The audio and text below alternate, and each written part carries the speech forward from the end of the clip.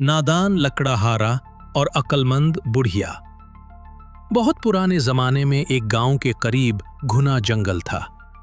उस जंगल के किनारे बशीर नाम का एक लकड़हारा रहता था। वो ताकतवर तो था मगर बेहद नादान। जो बात मुंह में आती फौरन कर गुजरता, न अंजाम सोचता न किसी की नसीहत सुनता। इसी गांव में एक अक्लमंद बुढ़िया रहती थी। लोग उसके पास मशवरा लेने आते क्योंकि वो कम बोलती मगर सोच समझकर बात करती थी।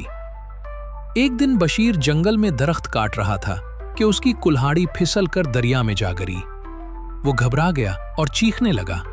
इतने में एक अजनबी शख्स नमूदार हुआ और बोला, मैं दरिया से तुम्हारी कुल्हाड़ी निकाल दूंगा, मगर शर्त यह है कि जो निकले वो सच सच बताना होगा। पहले उसने सोने की कुल्हाड़ी निकाली। क्या ये तुम्हारी है? बशीर की आंखें चमक उठी, मगर लालच के बावजूद उसने सच कहा, नहीं, ये मेरी नहीं। फिर चांदी की कुल्हाड़ी निकाली। ये? बशीर ने फिर इनकार कर दिया। आखिरकार लोहे की कुल्हाड़ी निकली। बशीर खुश हो गया। हाँ, यही मेरी है।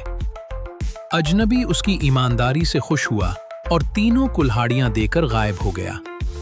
बशीर खुशी खुशी गांव लौटा और ये वाकया सबको सुना दिया। एक लालची शख्स कासिम ने ये बात सुनी तो उसने भी वही चाल आजमाने का फैसला किया। उसने जानबूझकर अपनी कुल्हाड़ी दरिया में फेंक दी और रोना धोना शुरू कर दिया। अजनबी फिर आया और सोने की कुल्हाड़ी दिखाई। कासिम फौरन बोला, ये मेरी है। अजनबी गायब हो गया और कासिम को कुछ भी न मिला, हत्ता कि अपनी असल कुल्हाड़ी भी नहीं। कासिम खाली हाथ वापस आया और शर्मिंदा हो गया। ये सब देखकर बशीर ने सोचा कि दौलत पाकर वो सबसे अक्लमंद हो गया है। इस गुरूर में उसने बुढ़िया की नसीहत सुनना छोड़ दिया।